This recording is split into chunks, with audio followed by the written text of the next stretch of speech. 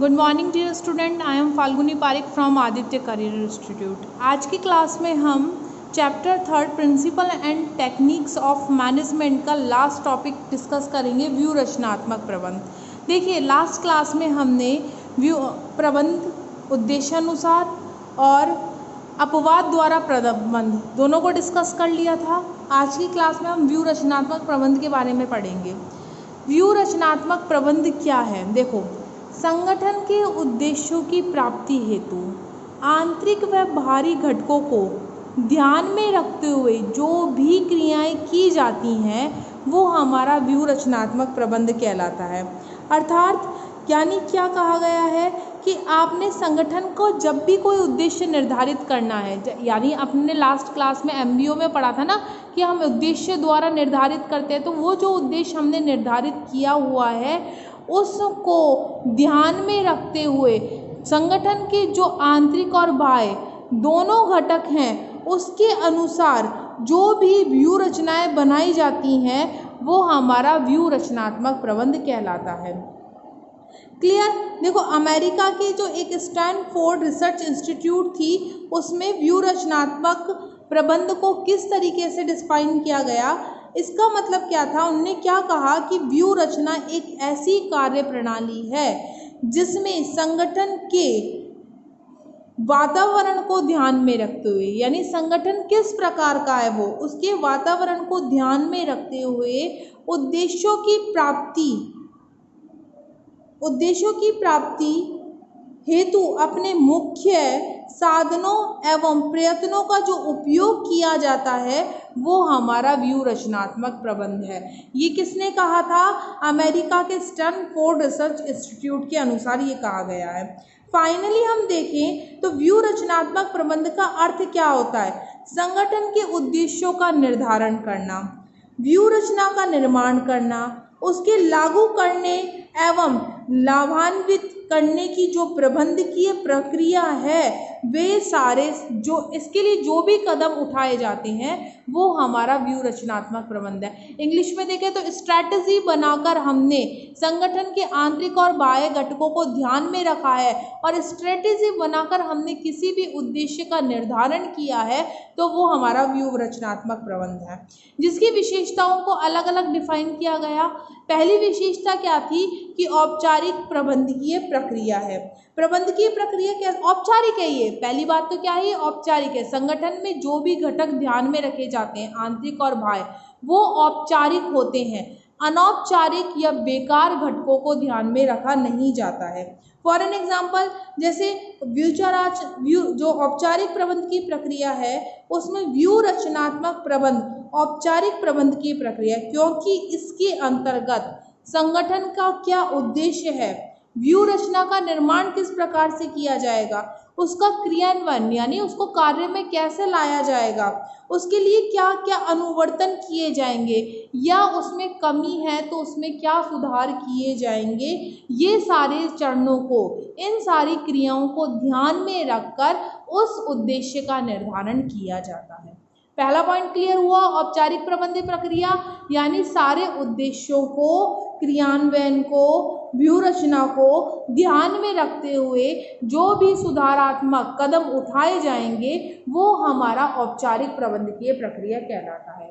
View रचनात्मक प्रबंध की पहली विशेषता क्लियर हुई। सेकंड, प्रबंधकों की प्रतिबद्धता रहती है। प्रतिबद्धता यानी वो काम करने के लिए तत्पर रहते हैं। यह प्रबंधकों की प्रतिबद्धता को इस प्रकार से प्रकट करता है कि वे कुछ निश्चित व्यू रचनाओं को अपनाएंगे। व्यू रचना मतलब कि स्ट्रैटेजी बनाना, कुछ ऐसी टेक्निक्स का उपयोग करना जिसके माध्यम से क्या किया जा रहा है, जो हमने उद्देश्य निर्धारित किए हैं उनको प्राप्त करने के साधन अपनाए जा रहे हैं। तो इस प्रकार से व्यू रचनाओं को अपनाएंगे और ऐसे संसाधन उपलब्ध करवाएंगे, यानी ऐसी तकनीकें या ऐसे संसाधन जिससे संस्था क्या करे, और भी ज़्यादा ग्रोथ करे या उसकी सेल्स बढ़े, ऐसे संसाधन अपनाएंगे, उपलब्ध कराएंगे ताकि संगठन के उद्देश्यों की क्या की जा सके, प्राप्ति की जा सके। सेकंड पॉइंट क्लियर हुआ। थर्ड, व्यवस्थित प्रक्रिया। देखो आपने हेनरी फ्योल में व्यवस्थितता शब्द पढ़ी होगी कि हर चीज़ अपनी जगह क्या होनी चाहिए, मैनेज होनी चाहिए। वही वर्ड यहाँ पर यूज लिया गया है, व्यवस्थित प्रक्रिया, यानी सही चीज़ व्यवस्थित होनी चाहिए, यानी सभी चीज़ों को व्यवस्थित रूप से रखना ज़रूरी है। यह एक व्यवस्थित प्रक्रिया क्योंकि संगठन के पूर्व निर्धारित उद्देश्य की प्राप्ति के लिए जो भी क्रमबद्ध कदम उठाए जाते हैं उनका इसमें प्रयोग किया जाता है। फॉर एन एग्जाम्पल, वातावरण का विश्लेषण किया जाएगा कि इस समय हमने जो उद्देश्य निर्धारित किए हैं उसके अनुसार हम व्यू रचना कर रहे हैं। फॉर एन एग्जाम्पल, कोविड-19 चल रहा है, कोविड-19 के अकॉर्डिंग हमने उद्देश्य निर्धारित किए कि 12th बोर्ड की क्लास को हमको स्कूल बुलाना है। अब उस स्कूल बुलाने के लिए हमने कुछ स्ट्रैटेजी बनाई है। स्ट्रैटेजी हमने क्या बना ली कि कुछ प्रबंध की प्रक्रियाएं होंगी, प्रबंधकों का यहाँ मतलब या मैनेजर्स है जो वहाँ पर काम संभाल रहे हैं, उनकी क्या प्रतिबद्धता रहेगी। व्यवस्थित प्रक्रिया की बात करें तो व्यवस्थित प्रक्रिया की वातावरण किस प्रकार का है, भाई कोई कोरोना पॉजिटिव तो नहीं निकल रहा, या उद्देश्यों का निर्धारण किस प्रकार किया जाएगा, व्यू रचना का निर्माण कैसे किया जाएगा, उसको लागू कैसे किया जाएगा ताकि बच्चे अच्छे से पढ़कर चले जाएं, मूल्यांकन की कोई किसी बच्चे को परेशानी नहीं, यानी चेक करना, ये सारे काम जो किए जाते हैं वो व्यवस्थित प्रक्रिया के अंतर्गत रखे जाते हैं। क्लियर हो गई। उच्च स्तरीय प्रबंध की बात करें, देखो उच्च स्तरीय प्रबंध में व्यू रचनात्मक प्रबंध का कार्य संगठन में उच्च स्तरीय प्रबंधों के द्वारा ही किया जाता है। ये बात क्लियर हो गई। आप अभी तक पढ़ते आ रहे हो, जितने भी डिसीजंस लिए जाते हैं, जो भी उद्देश्य का निर्धारण किया जाता है, जो भी अपवाद हैं या व्यू रचना बनाई जा रही हैं, वे सारे काम उच्च स्तरीय प्रबंधकों के द्वारा ही किए जाते हैं। पहली बात ये क्लियर हो गई।